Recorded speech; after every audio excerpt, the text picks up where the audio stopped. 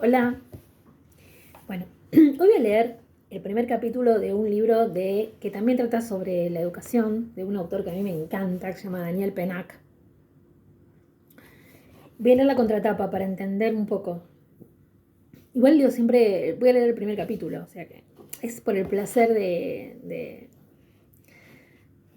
leer ciertos autores. Después por ahí vuelvo. Durante la clase de francés del profesor Krastrain, 3 de sus alumnos, Igor, Nurdin y Joseph, se pasan un dibujo satírico. En él, una multitud enfurecida marcha tras una pancarta que reza: Krastrain, cabrón, irás al paredón. El profesor, ofendido, les impone un castigo. Para el día siguiente tienen que hacer una redacción sobre el tema. Despierta usted cierta mañana y comprueba que por la noche se ha transformado en adulto. Enloquecido corre a la habitación de sus padres. Se han transformado en niños. Cuenten la continuación. Así comienza la desternillante aventura de estos excéntricos personajes, los señores niños y los niños señores, que deberán enfrentarse a los problemas cotidianos de sus nuevas identidades. Qué difícil es meterse en la piel del otro. Desde su tumba en el cementerio de Père-Lachaise, Pierre, el padre de Igor, es el encargado de narrar todas sus aventuras. Escrita de manera sencilla y con grandes dosis de fantasía, Daniel Pennac consigue, como siempre, crear personajes inolvidables. Bueno, entonces, señores niños, de Daniel Pennac, el primer capítulo. En su presentación dice: al amigo Pierre Boutron, que mientras yo escribía esta novela, contaba la misma historia en el cine. Solo leerá estas líneas cuando yo vea su película. Esta es la regla de nuestro juego. Y el epígrafe de inicio del libro dice: no deberíamos vivir todos los días. Es gran verdad, de Christian Mounier. 1. El tema. La imaginación no es la mentira. La imaginación no es la mentira. Krastein lo aullaba sin levantar la voz. La imaginación no es la mentira. Su cartera vomitaba nuestros deberes sobre su mesa. ¿Lo hacen adrede? Nadie lo hacía adrede. Habría sido necesario estar majara para hacerlo adrede. No sé lo que es majar.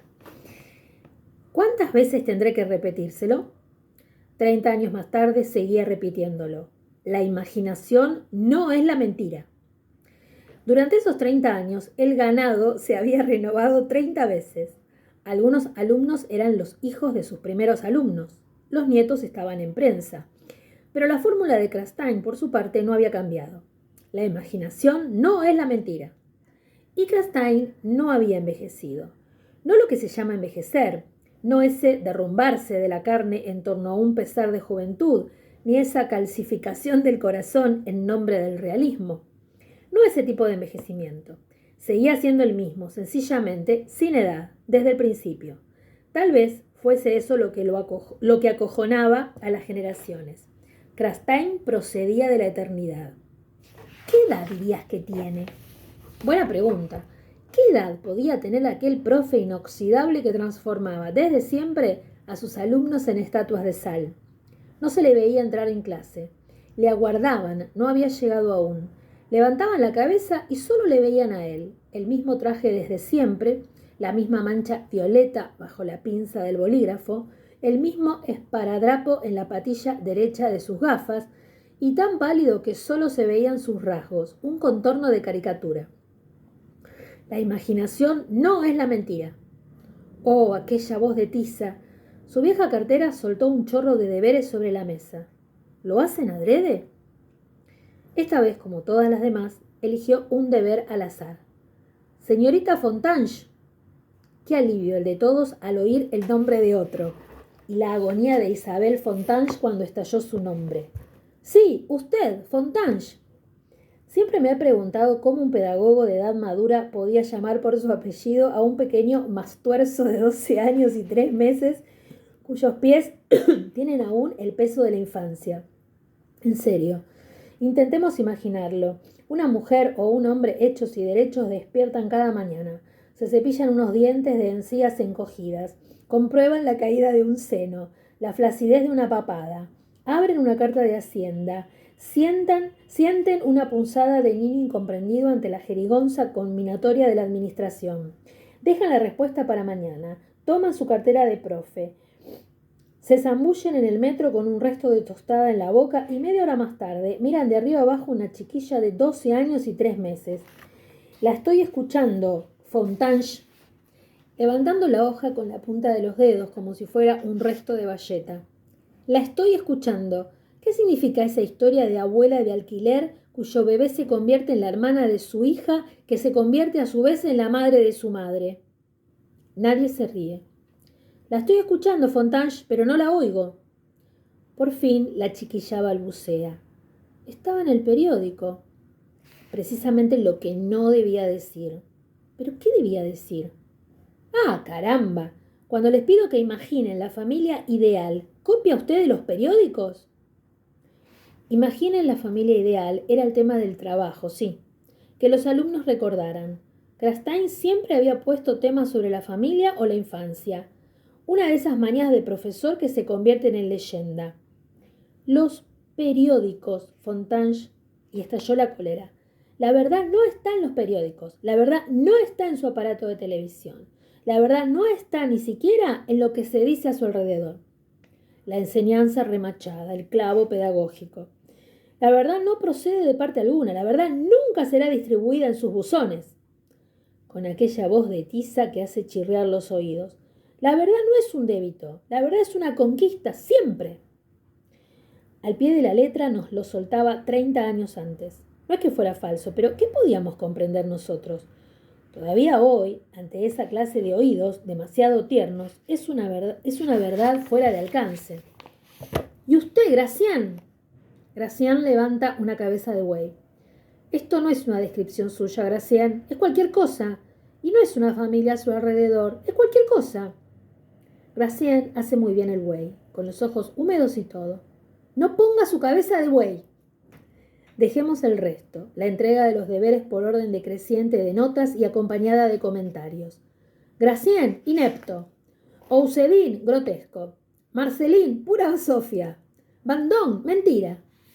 Con una perorata de vez en cuando bautizada como corrección. La imaginación no es la mentira. Se trata de imaginar realmente. ¿Acaso es pedirles demasiado que no me cuenten tonterías? ¿Tan difícil es imaginar una verdadera familia? ¿Y la infancia? ¿Acaso la infancia es el planeta Marte? Ante 30 miradas gachas, lo que, multiplicado por 30 años de ejercicio y solo en esa clase de quinto nos da 900 miradas huidizas, es decir, toda una existencia deslizándose por ojos que resbalan, convenciéndose de que se es un profesor maldito, el mensajero solitario de una verdad perdida. Toda una existencia, que hoy, a las 16 horas y 25 minutos, va a cambiar a causa de 3 pequeños gilipollas que hasta ahora en nada se distinguen de los otros 27 y a los que les importa un pimiento esa vida de profe, esa palabra de profe, porque no se puede tener miedo una hora entera, ni siquiera a los 12 o 13 años, y ni siquiera de un Crastein. 3 pequeños gilipollas que ofrecen un minuto de recreo a su castrengitis. Citémoslos. 1. Igor Laforgue, sexta fila, junto a la ventana, que mete ostensiblemente una hoja muy interesante en su clasificador de francés. 2. Joseph Pritsky, su amigo y vecino, que se la quita con la rapidez del relámpago mientras Crastein les da la espalda. 3. Nourdin Kader, que se inclina sobre los otros dos para no perderse nada de una eventual juerga. Mientras, Crastein prosigue su corrección recorriendo los pasillos. La verdad es que la familia es una especie en vías de desaparición. Nos machacan la pérdida de los valores familiares. ¡Tonterías! Lo que ha desaparecido es la propia familia, completamente disuelta por las enzimas mediáticas.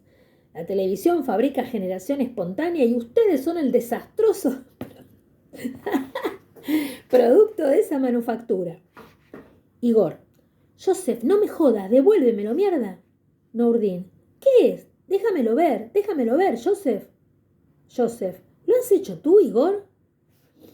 Sus aparatos de televisión les bastan, ese es el drama, prosigue Crastein arriba y abajo. Tienen jeta de pantalla con auriculares añadidos.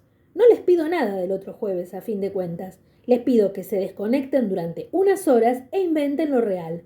Sus padres son muy reales, vamos. Papá y mamá existen de verdad, ¿no? Sus hermanos y hermanas no son personajes de Game Boy, ¿o sí? Igor. Basta, Joseph, devuélvemelo. Van a jodernos, te lo advierto. Joseph. Carcajada silenciosa pero ostensible. Nurdin. Déjamelo ver, Joseph, vamos, déjamelo ver, joder. Krastein nos decía lo mismo a nosotros, los padres de esos alumnos, pero por aquel entonces sus correcciones eran más morales que sociológicas.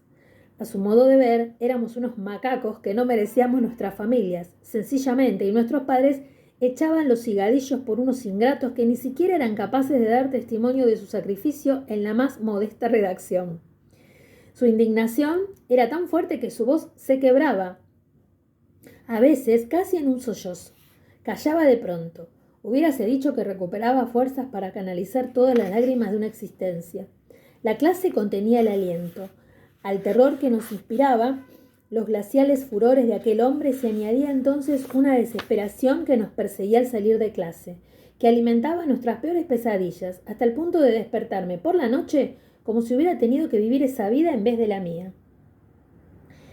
Pero el vértigo de Krastein solo duraba unos segundos. Recuperaba el sentido y la corrección.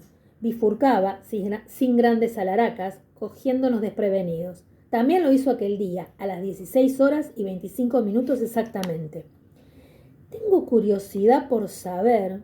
Se volvió de pronto y se inclinó sobre Joseph Pritsky, amenazador desequilibrio, estatua del comendador que se dispone a hacer picadillo al culpable. Tengo curiosidad por saber qué hace usted durante mis correcciones, Pritsky. Joseph no tiene tiempo de reaccionar. La hoja arrebatada a su amigo Laforgue está en manos del profesor. Igor, te lo juro, no pude hacer nada, explicará este más tarde. Fue tan rápido y además no quería cagarme en los pantalones. Te lo juro, estuve a punto de cagarme. Apreté el culo y no pensé en nada más. Para sugerir la magnitud del desastre, podría yo describir lo que Krastein tenía ante los ojos, pero no debemos exigir demasiado de las palabras. Mejor será, creo, mostrarles la prueba de la acusación. Tengan la bondad de volver la página. Eso es. Entonces, lo que se ve es Krastein, paz cabrón, irás al paredón. Y un montón de niños dibujados. Eso es. Algunos silencios no se describen, y Krastein sabía dosificar perfectamente ese tipo de explosivo. Finalmente dio una cabezada crítica. Tiene movimiento, es innegable. Mostró el dibujo a toda la clase, poniéndola como testigo, pero el testigo bajaba los ojos. El testigo habría preferido dejarse matar allí mismo antes que lanzar la menor mirada al arma del crimen. Sin embargo, la inspiración está algo anticuada.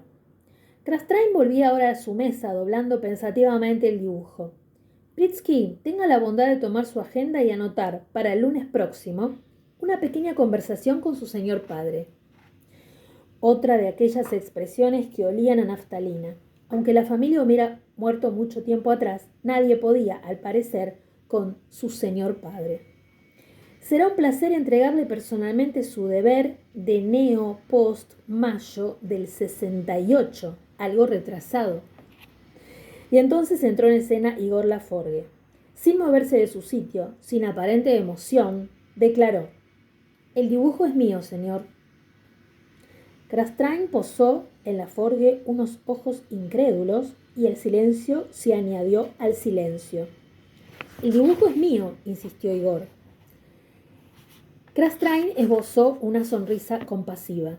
«Sea realista, Laforgue, está usted tan dotado para el dibujo como para todo lo demás». Laforgue no bajaba la mirada, esa especie de pequeño puñetero capaz de mantener un pulso con la mirada de los mayores. La confrontación habría resultado apasionante si Nurdin Kader no hubiera roto el encanto levantando al cielo un dedo vibrante. «No, le he hecho yo, señor». «Ah, caramba», dijo Krastein sin conmoverse. «Decididamente esto no es una clase de quinto, es la Villa Médicis». «No, le he hecho yo, señor». «Lo he hecho, Kader. Hablemos en francés, por favor». De ningún modo, de ningún modo. No había en eso el menor asomo de racismo. La misma frase pronunciada desde hacía 30 años ante quienes martirizaban la lengua, eso es todo, no importa quién fuese. Yo, por ejemplo. Crastrain existía desde siempre y no era de ninguna parte. La gramática era su única patria, francesa, es cierto, pero solo en ese caso. En francés, Kader, pruébelo, solo una vez, para complacerme. El timbre que marcaba el final de la clase resonó en la mirada asesina de Nourdin Kader y todas las aulas del colegio estallaron. Kader, Pritsky, Laforgue, ustedes no. Casados en pleno vuelo, los tres muchachos se dejaron caer de nuevo en su silla. Puesto que los tres reivindican el mismo dibujo, van a hacerme el mismo deber suplementario. Y para mañana por la mañana. La solidaridad tiene consecuencias. Fuera se oía al señor Foyers, consejero pedagógico, desgañitándose. ¡No corran por los pasillos! El señor Lamballe, el director, intentaba atemperar sus ardores policiales. Déjelo, Foyers. Hace 30 años que... como si me abren una cucharilla. Crastrain había cogido una tiza. Tomen sus cuadernos, por favor. Van a hacer una redacción. Crastrain escribía dictando. Sus frases veteaban la pizarra. Tenía un tipo de escritura eléctrica, tormentosa, una sucesión de relámpagos, cólera al bies, con los acentos y los puntos cayendo como granizo sobre las frases formadas. Tema. Despierta usted cierta mañana y comprueba que, por la noche, se ha transformado en adulto. Enloquecido, corre a la habitación de sus padres.